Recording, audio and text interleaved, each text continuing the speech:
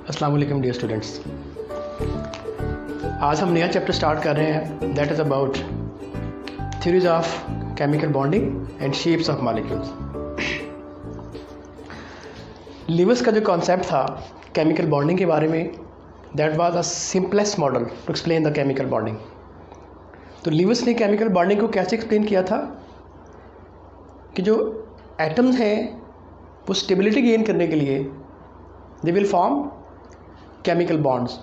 अब वो chemical bond या तो इलेक्ट्रॉन की शेयरिंग से बनेंगे या इलेक्ट्रॉन के ट्रांसफ़र से बनेंगे। लेकिन लिवस के मॉडल में बहुत ज़्यादा शॉर्ट कमिंग्स थी।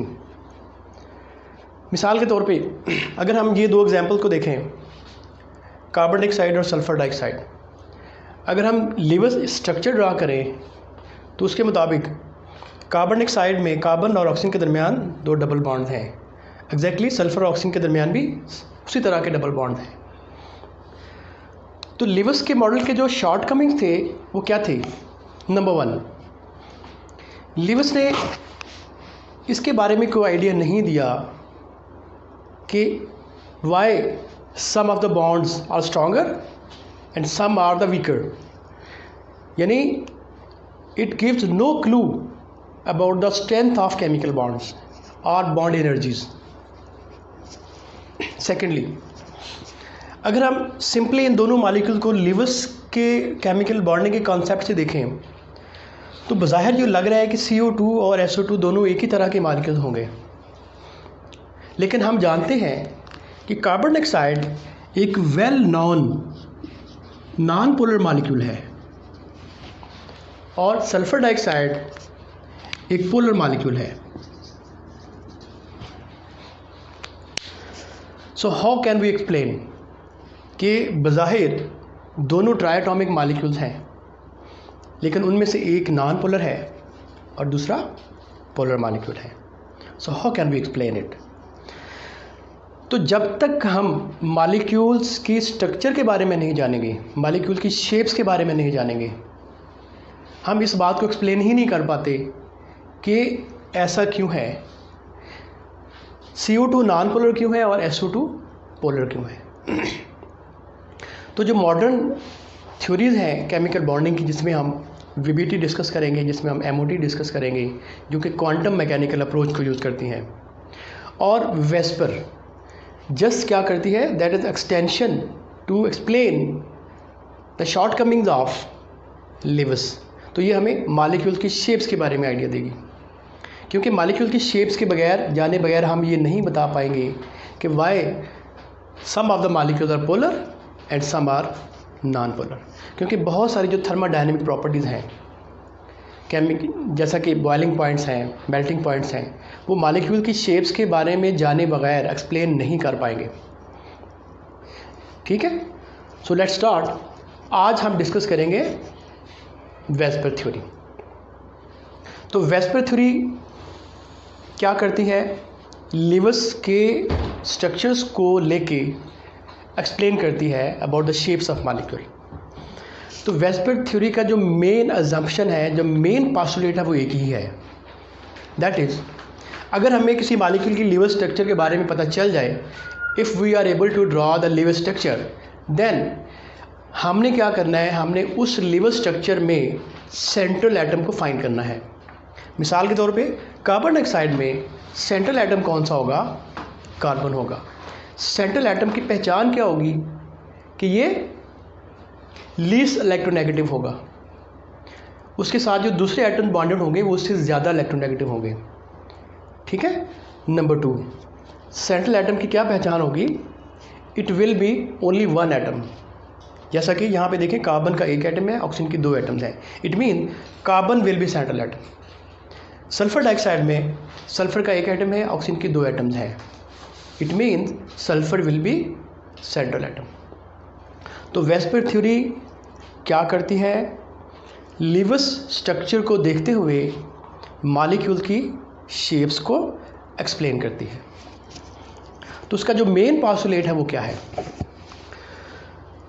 Electron pairs around the central atom are arrange in space in such a way that they keep as far as apart possible so as to minimize the repulsion between the electron pairs.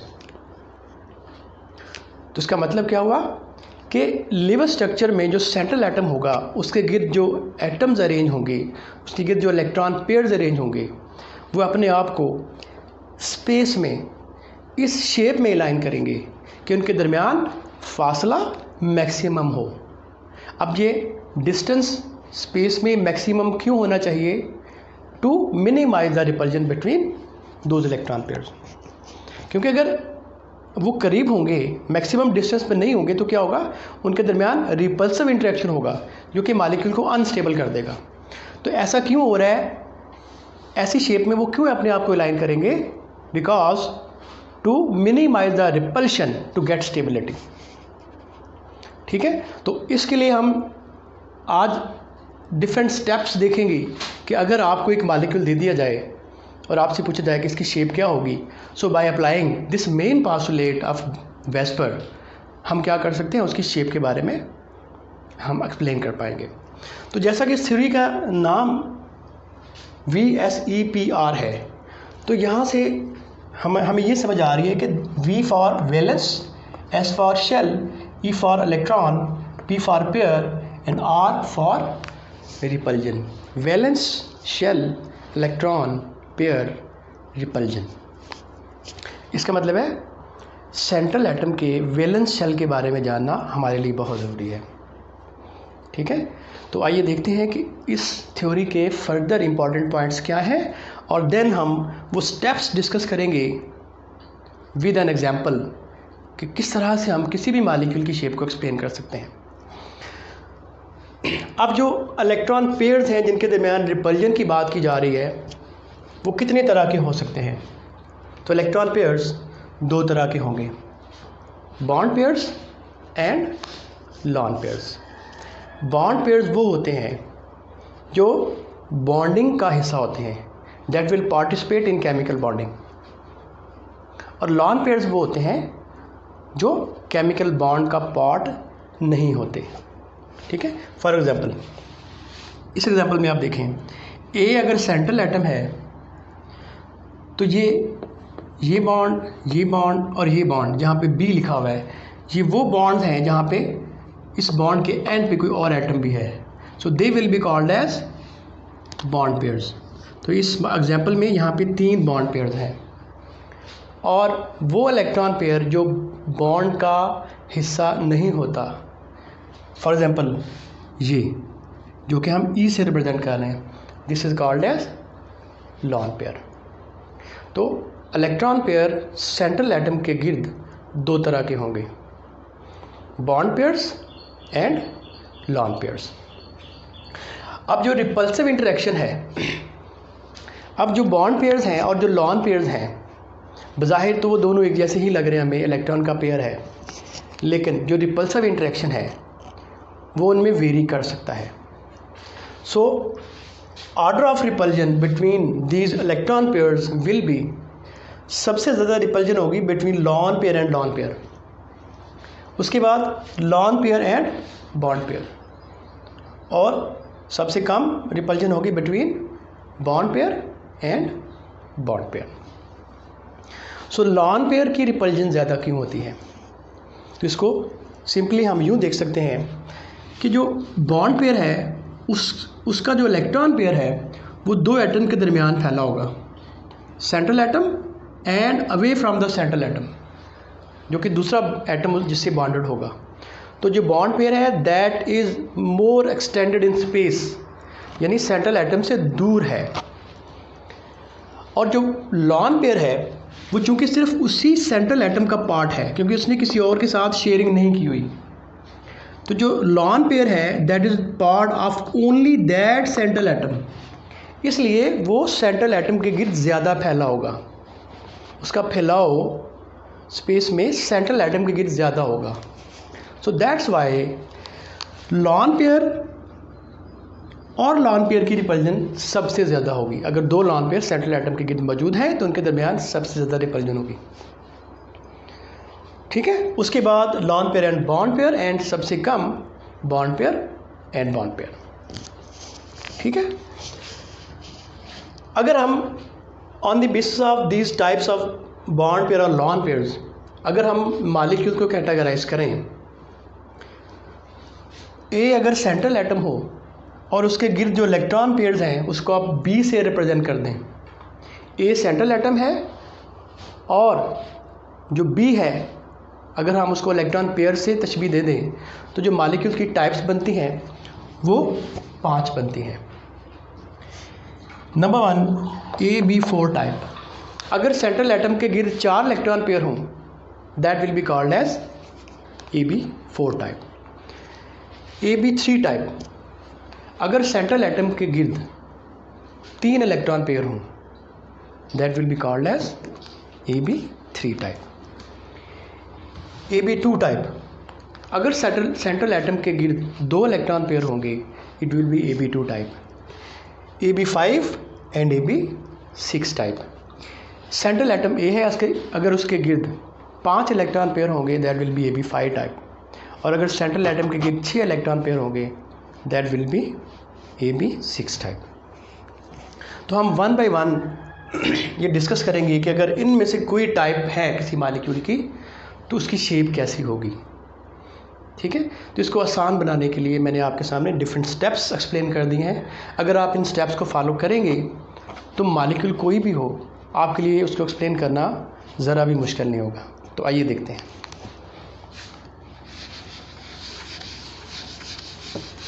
So let's see, हम यहाँ पे एक example के साथ इन postulates या इन steps को discuss करेंगे। तो एग्जांपल मैं आपके सामने सबसे पहले ले रहा हूँ CH4 methane, that is well known example. Methane के एग्जांपल ले लेते हैं। तो सबसे पहला स्टेप क्या है, अगर आपको एक मॉलिक्यूल दे दिया जाए कि आपने इस मॉलिक्यूल की शेप को एक्सप्लेन करना है by using VSEPR approach, so what will you do, you will follow simple these 4 steps. ठीक है जी। Number 1 is draw Lewis structure. जो आपको मॉलिक्यूल दिया गया है उसकी आपने सबसे पहले लीवस स्ट्रक्चर ड्रॉ करनी है। तो ये सबसे इम्पॉर्टेंट स्टेप है।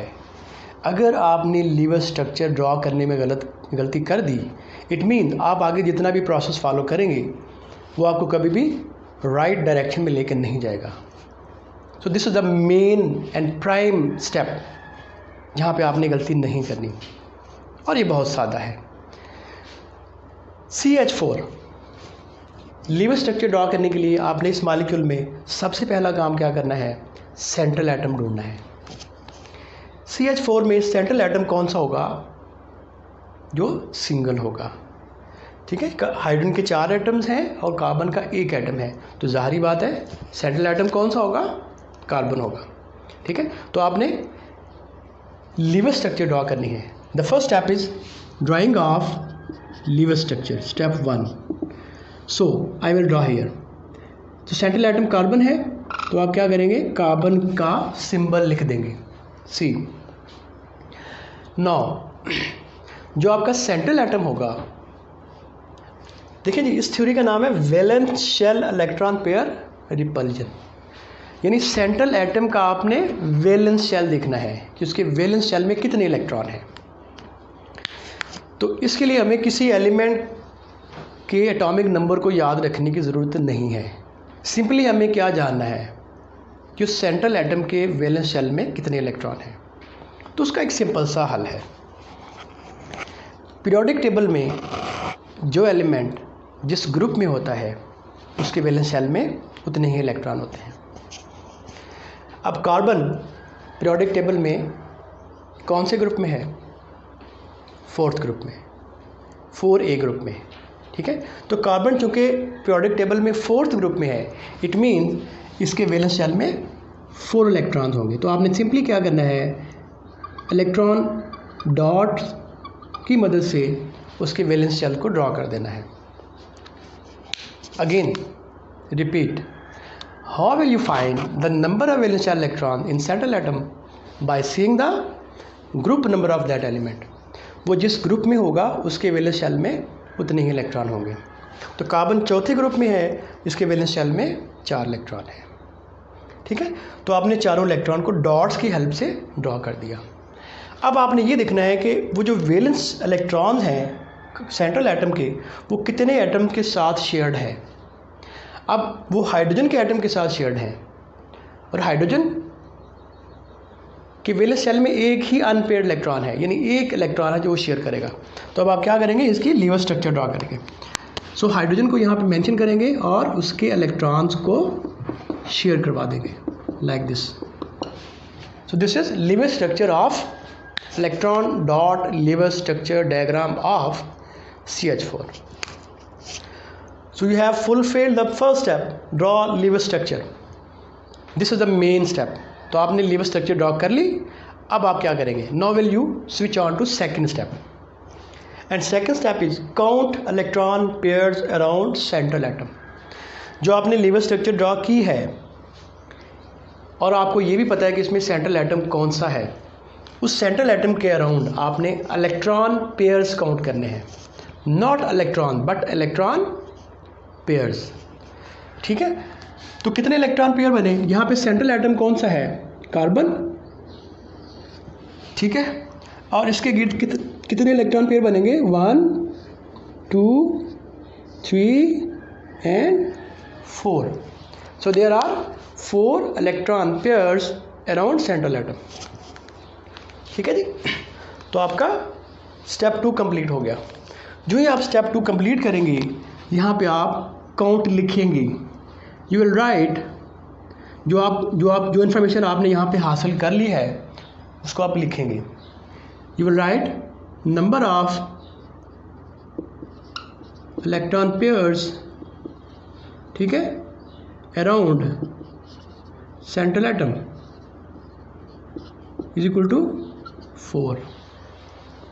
ठीक है, जब आप ये काउंट कर चुकेंगे देन आपने इस मॉलिक्यूल की टाइप लिखनी है,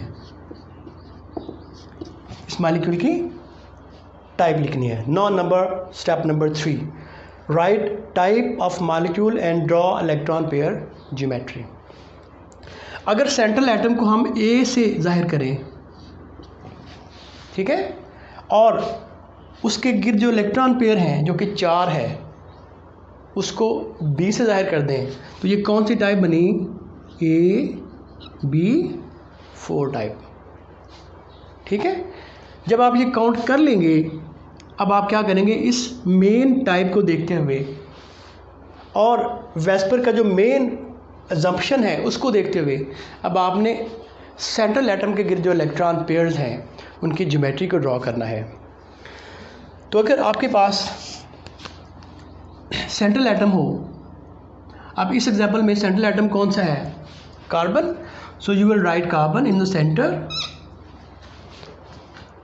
और उसके गिर्द 4 इलेक्ट्रॉन पेयर अगर होंगे तो वो अपने आप को इस शेप में लाइन करेंगे कि मैक्सिमम डिस्टेंस पे हों। So that shape will be like this. ठीक है, यानी हमने सिर्फ क्या किया, सेंट्रल एटम को मेंशन किया और उसके जो इलेक्ट्रॉन पेयर्स हैं, अभी हम ये नहीं देख रहे कि वो इलेक्ट्रॉन पेयर बॉन्ड पेयर हैं या लॉन पेयर्स हैं। अभी हम सिर्फ ये देखेंगे कि कितने इलेक्ट्रॉन पेयर्स हैं। इसलिए यहाँ पे आपको एटम्स को मेंशन करने की ज़रूरत नहीं है, सिंपली सेंट्रल एटम के गिर्द 4 इलेक्ट्रॉन पेयर आपने मेंशन कर दिए। तो ये जो शेप है, इस शेप में जब इलेक्ट्रॉन अपने आप को अलाइन करते हैं, this shape is called as tetrahedral. ठीक है, so I will show you कि how it will look like. So tetrahedral shape जो है it will look like this one. तो अगर 4 इलेक्ट्रॉन पेयर हों, ठीक है, ये आपके सामने मैं इसको डेमोन्स्ट्रेशन दे रहा हूँ। ये देखें, अगर इस तरह से 4 इलेक्ट्रॉन पेयर हों, इस तरह से लाइन होंगे, दिस इज़ 1 इन 1 प्लेन। सो इनके दरमियान 90 का एंगल होगा, यानी स्ट्रेन बहुत ज़्यादा है, रिपल्सिव इंट्रैक्शन ज़्यादा है। तो ये क्या करेंगे, अपने आप को मैक्सिमम डिस्टेंस पे लेके जाएंगे। So how they will keep at a maximum distance when they achieve this shape, when they align in this shape. ये देखें, अगर इस शेप में लाइन करेंगे, दिस इज़ टेट्राहेड्रॉन। ठीक है, सो अगर सेंट्रल एटम के गिर्द 4 इलेक्ट्रॉन पेयर हों, they will align in this shape. This shape is known as tetrahedral shape. So this is electron pair geometry, that is tetrahedral. अब आपने ये काम करने के बाद सेकंड जो स्टेप है, फोर्थ स्टेप पे चले जाना है। आपने इलेक्ट्रॉन पेयर ज्योमेट्री लिख ली। अब इलेक्ट्रॉन पेयर ज्योमेट्री लिखना क्यों इम्पॉर्टेंट है? क्योंकि जब हम यहाँ पे नंबर ऑफ लॉन पेयर या number of bond pair count करेंगे तो जो मेन टाइप है मॉलिक्यूल की, जो इलेक्ट्रॉन पेयर ज्योमेट्री है, वो डिसाइड करती है कि मॉलिक्यूल की जो नेट शेप बनेगी उसमें एंगल क्या होंगे। क्योंकि ये जो एंगल है टेट्राहेड्रॉन में वो 109 डिग्री का होता है। एक टेट्राहेड्रॉन में जो एंगल है, अभी हमने यहाँ पे आपको दिखाया, एक टेट्राहेड्रॉन में जो एंगल है, ये एंगल 109 डिग्री का होता है। तो इलेक्ट्रॉन पेयर ज्योमेट्री ड्रॉ करना इसलिए इम्पॉर्टेंट है कि जब हम उसकी मॉलिक्यूल की शेप ड्रॉ करेंगे नेक्स्ट स्टेप में, तो उस मॉलिक्यूल की शेप में जो एंगल बनेंगे वो हम यहीं से डिराइव करेंगे। ठीक है। अब इलेक्ट्रॉन पेयर ज्योमेट्री हमने ड्रॉ कर ली, अब मॉलिक्यूल की ज्योमेट्री कैसी होगी? तो इसके लिए हमें क्या करना होगा, लास्ट स्टेप पे जाना है। यानी अब हमने दोबारा से काउंटिंग करनी है। Now will you will count bond pairs and lone pairs. अभी हम दोबारा यहाँ पे सब टाइप के लिए काउंटिंग करेंगे। बॉन्ड पेयर कितने हैं इस मॉलिक्यूल में? ये चारों के चारों जो इलेक्ट्रॉन पेयर थे वो सारे के सारे बॉन्ड पेयर ही हैं। इस मॉलिक्यूल में कोई लॉन पेयर नहीं है। So number of bond pairs are 4। ठीक है। अब लॉन पेयर कितने हैं? इस मॉलिक्यूल में कोई लॉन पेयर नहीं है, इसलिए लॉन पेयर्स आर 0। अब आपने इस मॉलिक्यूल की सब टाइप लिखनी है। तो सब टाइप क्या कहलाएगी? ए सेंट्रल एटम था। अब सब टाइप लिखते हुए बी जो है वो बॉन्ड पेयर को रिप्रेजेंट करेंगे और ई जो है वो लॉन पेयर को रिप्रेजेंट करेंगे। अब इस मॉलिक्यूल में चारों के चारों बॉन्ड पेयर हैं और लॉन पेयर कोई नहीं है, तो इस मॉलिक्यूल की सब टाइप क्या बनी? AB4E0। AB4E0 को आप सिंपली AB4 भी कह सकते हैं। यानी इस मॉलिक्यूल में कोई लॉन पेयर नहीं है। तो अगर मेन टाइप और सब टाइप एक जैसी हो तो जो इलेक्ट्रॉन पेयर की ज्योमेट्री होगी वही मॉलिक्यूलर ज्योमेट्री भी होगी। तो एग्जैक्टली अब आप लास्ट टाइम में क्या करेंगे, इस मॉलिक्यूल की आप शेप ड्रॉ करेंगे। सेंटर में कार्बन आएगा और टेट्राहेड्रॉन शेप में आप इन बॉन्ड्स के एंड पे हाइड्रोजन शो कर देंगे। ठीक है। फाइनली इसका नाम लिखेंगे। इस शेप का नाम क्या होगा? Again tetrahedral shape. तो CH4 के मॉलिक्यूल की मॉलिक्यूलर ज्योमेट्री क्या होगी?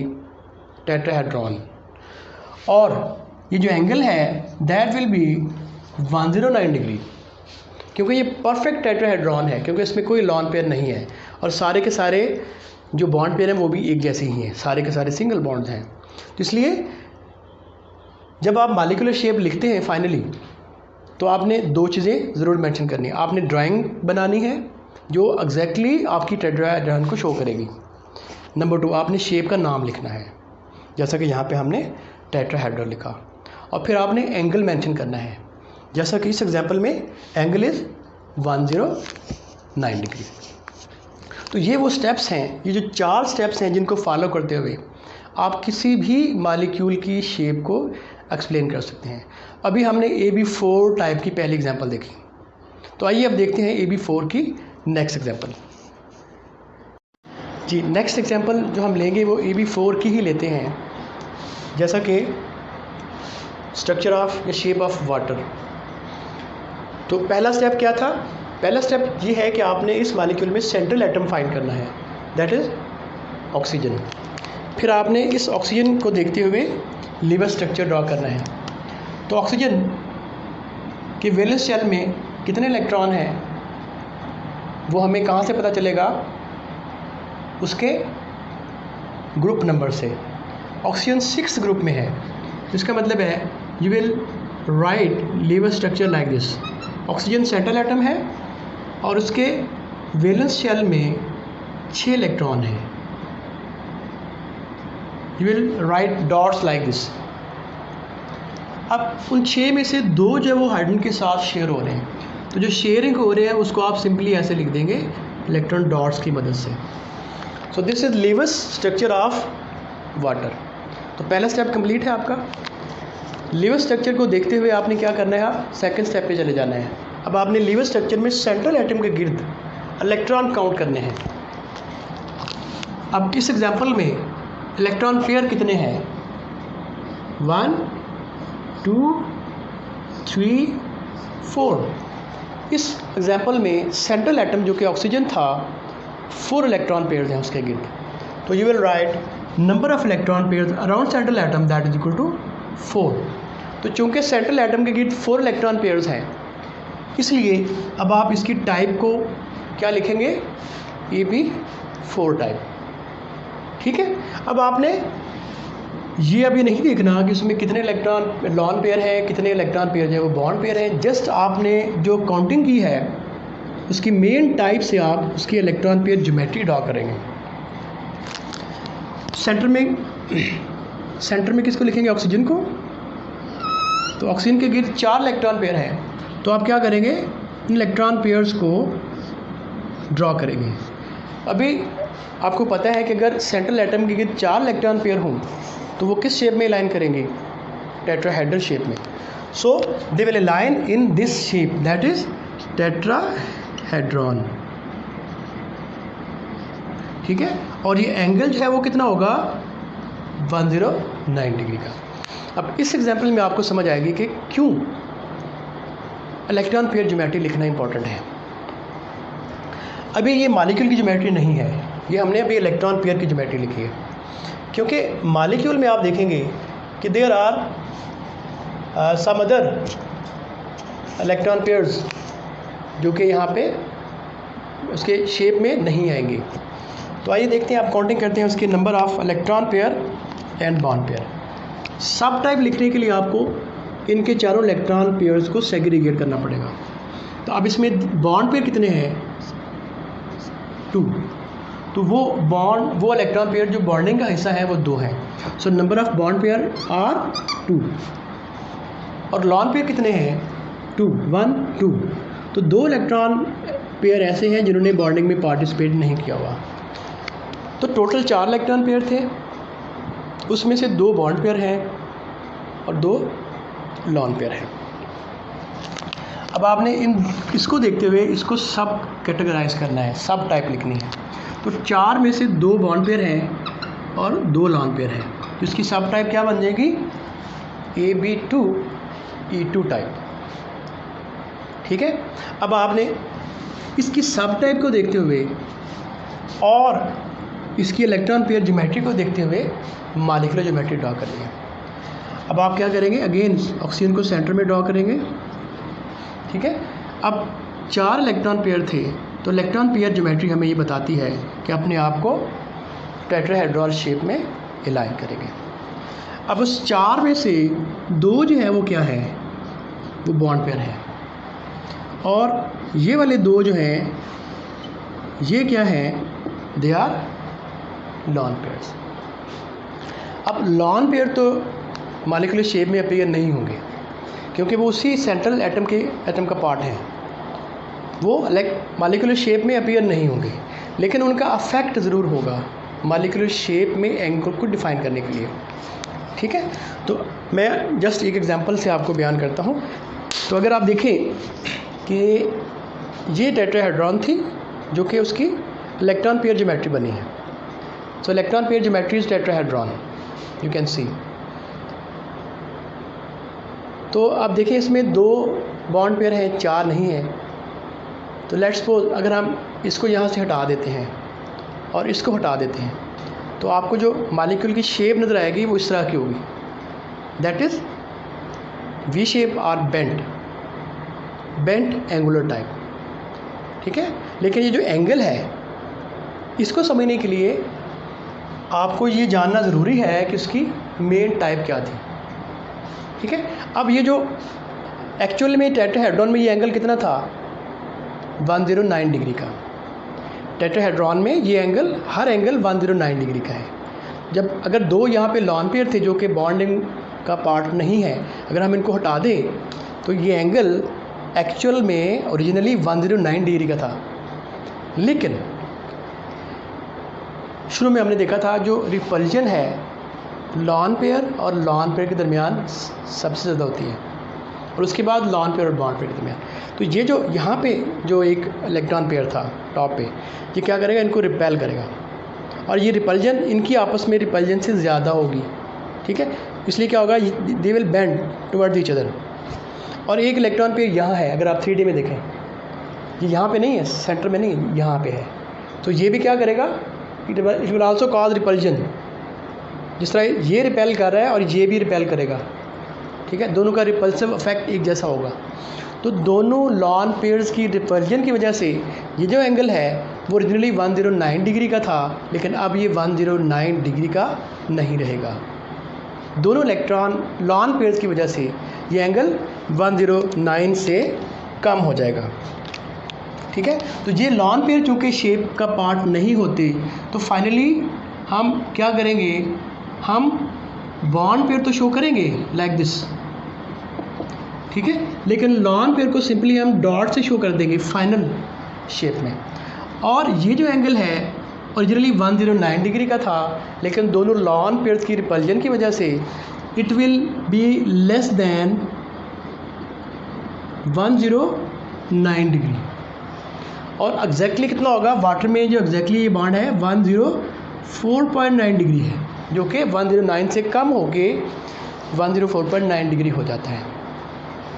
ठीक है, और इस शेप का नाम क्या होगा, दैट इज बेंट एंगुलर और वी शेप। तो आपने देखा किस तरह से लॉन पेयर्स एंगल को डिफाइन करते हैं। और ये जो एंगल हमने लिखा लेस देन 109 डिग्री, इसके लिखने की रीज़न क्या है, क्योंकि हमने इसकी शेप को मेन टाइप से ड्राइव किया है, जो कि टेट्राहेड्रल थी। ठीक है, तो इसी तरह की तीसरी एग्जांपल लेते हैं, जिसमें हम देखेंगे एग्जांपल ऑफ अमोनिया। जी, नेक्स्ट एग्जांपल है अमोनिया की। अमोनिया में सेंट्रल एटम नाइट्रोजन है, जो कि 5th ग्रुप में है। इसके वैलेंस शेल में 5 इलेक्ट्रॉन होंगे। तो इसकी लेवल स्ट्रक्चर आपने सबसे पहले ड्रॉ करनी है, तो यू विल राइट 5 डॉट्स। ठीक है, उन 5 में से 3 जो है वो आयरन के साथ शेयर्ड है, तो आप इस तरह से इसकी लेवल स्ट्रक्चर ड्रॉ कर देंगे। सो अमोनिया में सेंट्रल एटम नाइट्रोजन है, जिसके गिर्द 4 इलेक्ट्रॉन पेयर हैं, 1, 2, 3 एंड 4।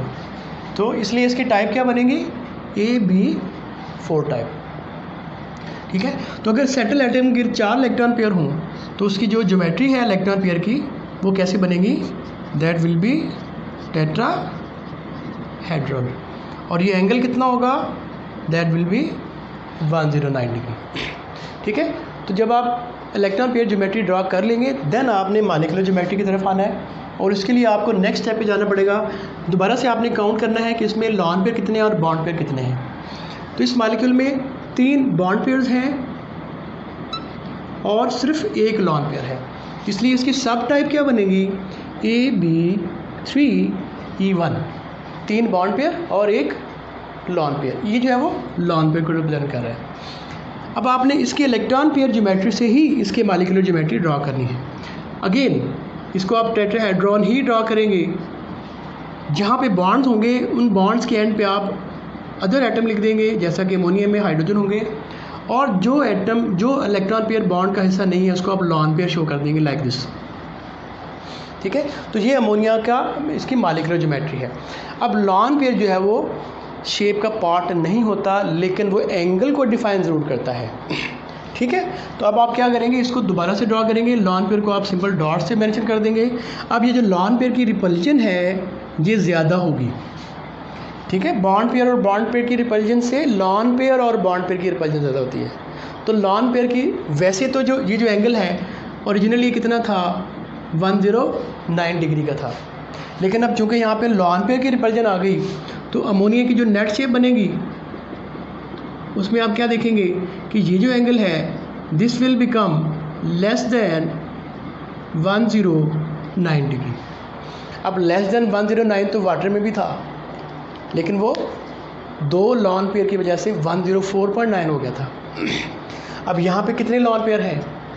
अमोनिया में 1 लॉन पेयर है, इसलिए ये एग्जैक्टली वाटर से थोड़ा सा ज़्यादा ही होगा। अमोनिया के केस में this angle will be round about 107 degree. Ammonia में ये वाटर से लार्जर होगा क्योंकि यहाँ पे 1 लॉन पेयर है। तो ये अमोनिया की फाइनल शेप बनती है। अब इस शेप को क्या कहेंगे? दिस शेप इज ट्रायंगुलर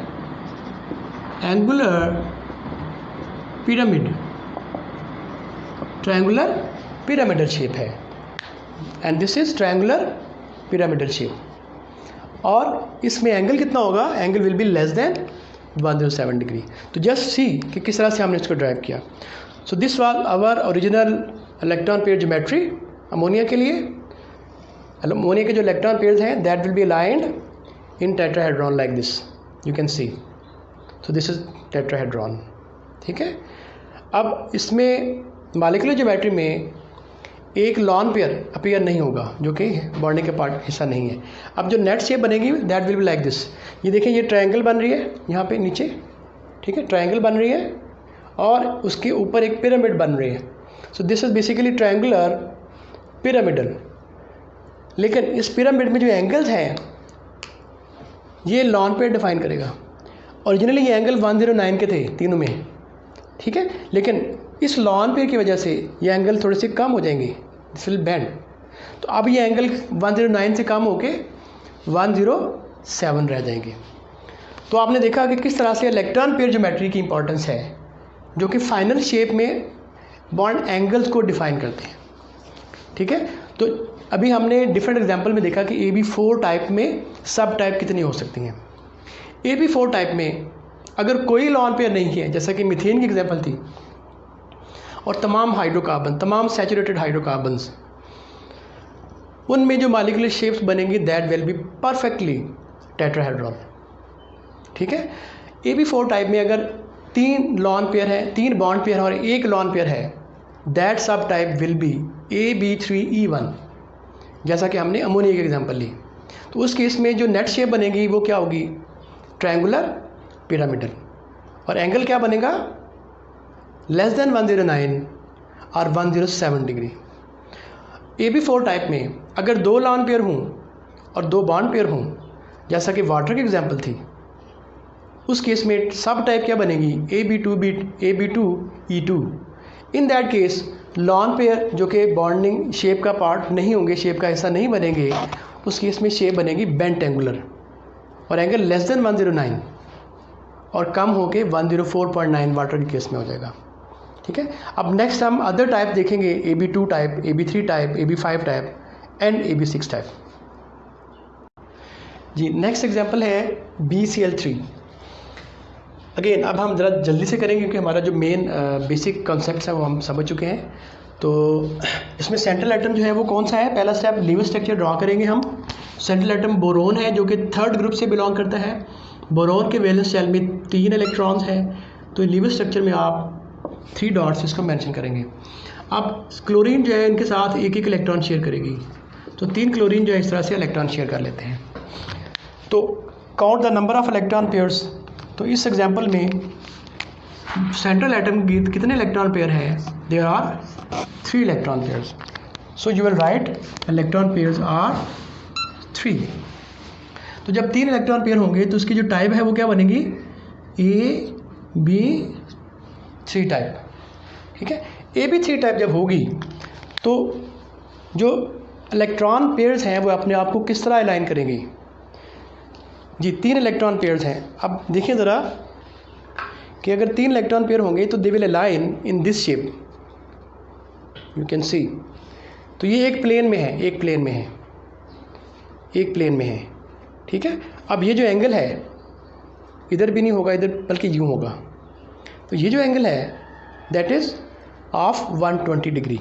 जब आप इसको पेपर पे ड्रॉ करेंगे, सेंट्रल एटम आपका बोरोन है, बोरोन को सेंटर में लिखेंगे और 3 लाइन्स इसको ड्रॉ कर देंगे। इलेक्ट्रॉन पेयर ज्योमेट्री में आपको अदर एटम मेंशन करने की ज़रूरत नहीं है। तो ये जो शेप है that is called as angular planar. ये जो एंगल है that will be of 120 degree.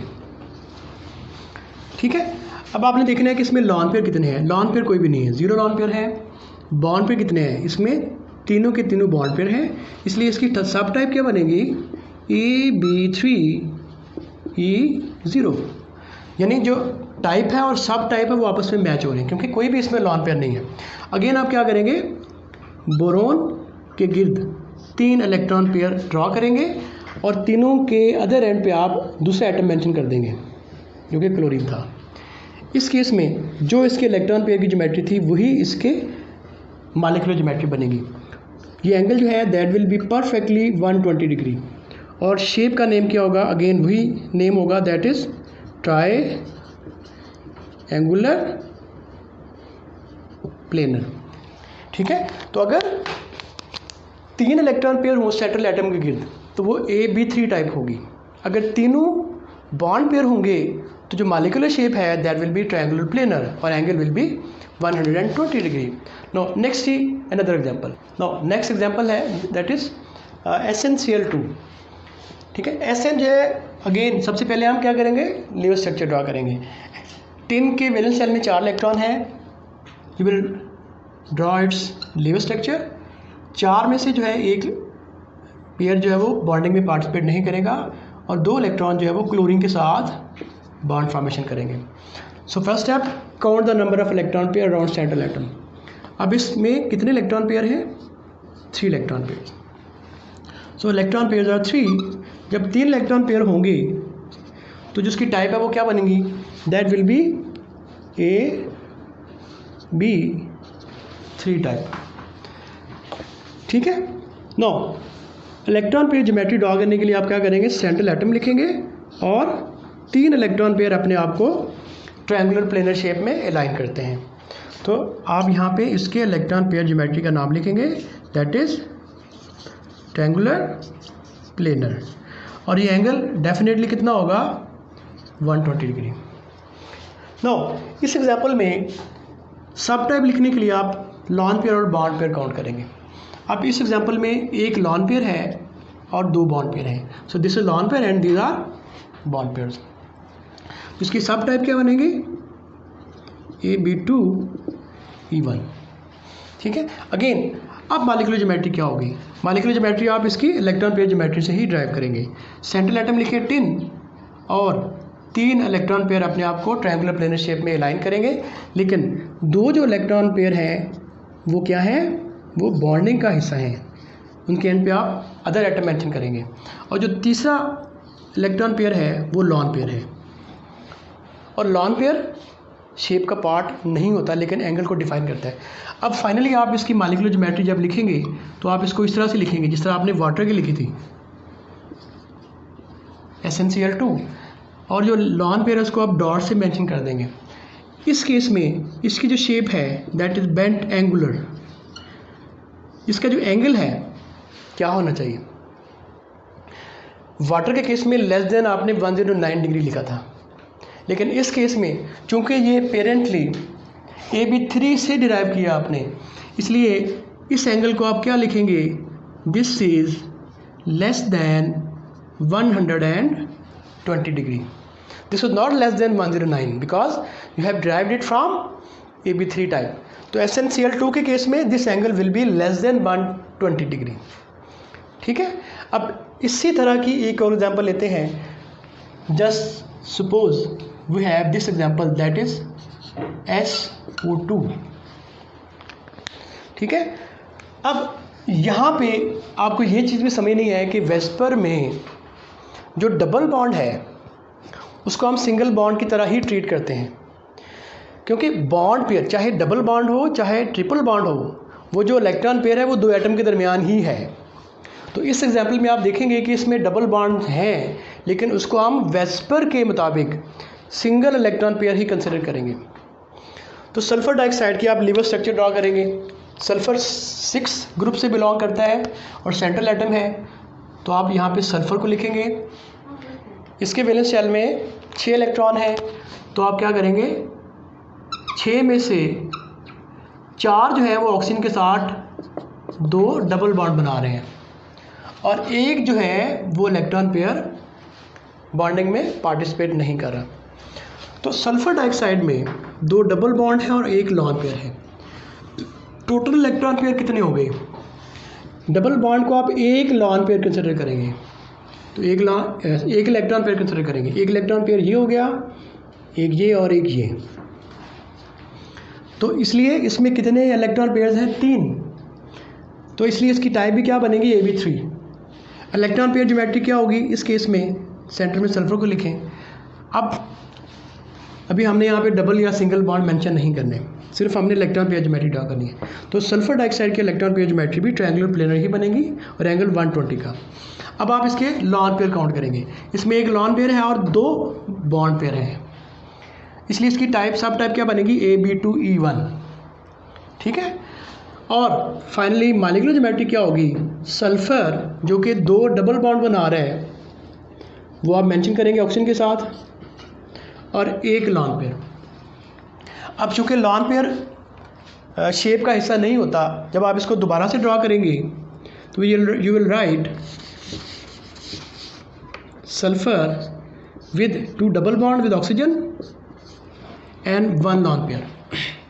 इसका मतलब है सल्फर डाइऑक्साइड की शेप लीनियर नहीं हो सकती, इट विल बी बेंट। तो इसकी शेप का नाम क्या होगा? Bent angular. और ये जो एंगल है, अब लॉन पेयर की रिपल्जन की वजह से 120 नहीं रह सकता, ये 120 से कम हो जाएगा। So angle will be less then 120 degree. ठीक है। शुरू में हमने बात की थी कि सल्फर डाइऑक्साइड का मॉलिक्यूलर पोलर क्यों है और कार्बन डाइऑक्साइड का नॉन पोलर क्यों है। कार्बन डाइऑक्साइड की एग्जांपल हम नेक्स्ट एग्जांपल में देखेंगे, लेकिन यहाँ पे आप देखें कि सल्फर डाइऑक्साइड में ये जो लॉन पेयर है ये क्या करता है, क्योंकि ये AB3 टाइप है इसलिए इसकी जो शेप है वो हमने यहाँ से ड्राइव की है, इसलिए लीनियर नहीं हो सकती, इट विल बी बेंट। चूँकि इसकी शेप बेंट है इसलिए अगर हम डायपोल मोमेंट का कॉन्सेप्ट अप्लाई करें तो इसमें 2 बॉन्ड्स हैं और दोनों के डायपोल मोमेंट की वेक्टर क्वांटिटीज होंगी। तो इस मॉलिक्यूल का जो नेट डायपोल मोमेंट है, अगर हम इन दोनों वेक्टर्स को ऐड कर दें तो वो 0 नहीं हो सकता। ठीक है। ये इंशाल्लाह हम किसी और टॉपिक में डिस्कस करेंगे अबाउट डायपोल मोमेंट। तो जो बेंट एंगुलर शेप की वजह से सल्फर डाइऑक्साइड का जो नेट डायपोल मोमेंट है वो 0 नहीं है, जबकि कार्बन डाइऑक्साइड के केस में वो 0 हो जाता है क्योंकि उसकी लीनियर शेप है। So that's why without explaining the shape हम मॉलिक्यूल्स के थर्मोडायनेमिक जो प्रॉपर्टीज हैं उनको एक्सप्लेन नहीं कर पाते। तो आइए आप देखते हैं AB2 टाइप्स। जी next example is BeCl2। BeCl2 में बेरिलियम जो है वो सेंट्रल एटम है। बेरिलियम जो है वो सेकंड ग्रुप में से बिलोंग करता है। इसके वैलेंस शेल में 2 इलेक्ट्रॉन हैं, दोनों हम मेंशन करेंगे और इसकी लीवर स्ट्रक्चर ड्रॉ करेंगे। तो BeCl2 में 2 ही इलेक्ट्रॉन पेयर है अराउंड सेंट्रल एटम, तो इसलिए इसकी इलेक्ट्रॉन पेयर्स काउंट 2 है और इसकी टाइप है AB2 टाइप। AB2 टाइप में अगर 2 इलेक्ट्रॉन पेयर सेंट्रल एटम के अराउंड हों so they will align in this shape, और ये एंगल जो है वो क्या होगा? 180 डिग्री। तो इस शेप को हम क्या कहेंगे? Linear shape. यानी अगर 2 इलेक्ट्रॉन पेयर होंगे तो अपने आप को लीनियर शेप में अलाइन करेंगे विद मैक्सिमम डिस्टेंस अपार्ट, तो 180 का एंगल होगा। अब चूँकि इसमें लॉन पेयर का कंसेप्ट नहीं है, जिसमें लॉन पेयर नहीं हो सकता, इसलिए AB2 टाइप में जो इसके इलेक्ट्रॉन पेयर ज्योमेट्री बनेगी वही इस मॉलिक्यूल की जो है वो मॉलिक्यूलर ज्योमेट्री बनेगी। इसलिए BeCl2 की शेप कैसी होगी? लीनियर होगी और दोनों एंड्स पे क्लोरीन आप मेंशन कर देंगे और यहाँ पे आप एंगल मेंशन कर देंगे। So this is linear shape. Exactly carbon dioxide में भी अगर आप देखें, कार्बन सेंट्रल एटम है, इसके वैलेंस शेल में 4 इलेक्ट्रॉन हैं। जब आप इसकी लीवर स्ट्रक्चर ड्रा करेंगे तो ये डबल बॉन्ड बनाएगी विद ऑक्सीजन। अब वेस्पर में डबल बॉन्ड को हम सिंगल बॉन्ड की तरह ही ट्रीट करते हैं, इसलिए जब आप इसके इलेक्ट्रॉन काउंट करते हैं तो सेंट्रल एटम के 2 ही इलेक्ट्रॉन पेयर हैं और दोनों बॉन्ड पेयर हैं, इसलिए इसकी टाइप क्या बनेगी? AB2 type. AB2 टाइप में जो अलाइनमेंट है बॉन्ड की वो लीनियर ही होती है, जैसा कि BeCl2 में था। इसलिए ये जो एंगल है that will be of 180 degree और इसकी शेप क्या होगी? That will be linear. अब अभी हमने थोड़ी देर पहले एक सल्फर डाइऑक्साइड की एग्जांपल देखी थी जो कि पोलर मॉलिक्यूल था। तो कार्बन डाइऑक्साइड नॉन पोलर क्यों हो गया? क्योंकि इसके जो बॉन्ड मूवमेंट्स हैं, डाइपोल मूवमेंट्स के जो पार्ट्स हैं, वो जब उनको ऐड करते हैं, क्योंकि लीनियर है और अपोजिट डायरेक्शन में इसके वेक्टर क्वांटिटीज़ हैं, जब आप इनको ऐड करते हैं तो उसका नेट वेक्टर एडिशन के बाद 0 हो जाता है। इसलिए कार्बन डाइऑक्साइड में पोलर बॉन्ड होने के बावजूद अपनी लीनियर शेप की वजह से इस मॉलिक्यूल का जो नेट डाइपोल मोमेंट है वो 0 हो जाता है। That's wise it is non polar molecule. ठीक है, तो ये AB2 टाइप में जो मॉलिक्यूल की शेप बनती है वो हमेशा लीनियर बनती है और उनके दरमियान एंगल 120। अब लास्ट में आप देखते हैं AB3, AB5 और AB6 टाइप्स। जी, पहली एग्जांपल हम लेते हैं PCl5 की। PCl5 में फास्फोरस सेंट्रल एटम है जो कि 5th ग्रुप से बिलोंग करता है। आप इसकी लीवर स्ट्रक्चर ड्रॉ करेंगे, इसके जो 5 इलेक्ट्रॉन हैं इनको आप डॉट से मेंशन करेंगे और इस केस में पांचों जो है वो सिंगल बॉन्ड के साथ क्लोरीन से शेयर हो रहे हैं। तो सेंट्रल एटम के गिर्द यहाँ पे कितने इलेक्ट्रॉन पेयर हैं? 1 2 3 4 5। सो 5 इलेक्ट्रॉन पेयर की वजह से ये क्या बनेगा? This will be AB5 type. अब आप इसके इलेक्ट्रॉन पेयर ज्योमेट्री ड्रॉ करेंगे। 5 इलेक्ट्रॉन पेयर हूँ सेंट्रल एटम के गिर्द, so they will align in this shape. This shape is known as triangular bipyramidal. So this is triangular bipyramidal. So how triangular bipyramidal will look like? Triangle. ठीक है, you can see this is triangle, this is triangle, you can see ये triangle बन रही है और यहाँ पे pyramids बनेंगे। सो ट्रायंगुलर बायपिरामिड शेप में ये जो एंगल्स हैं वो 120 के होंगे और ये जो एंगल है ये 90 डिग्री का होगा और इन दोनों का आपस में एंगल जो है इसका और इसका that will be of 180 degree. तो इसकी जो शेप बनेगी वो क्या होगी? Triangular bipyramidal. और यहाँ पे एंगल मेंशन करेंगे। ये जो एंगल है वो 120 डिग्री का है और ये जो एंगल है ये 90 डिग्री का है और इन दोनों इसके एंगल देखें तो ये 180 डिग्री का है।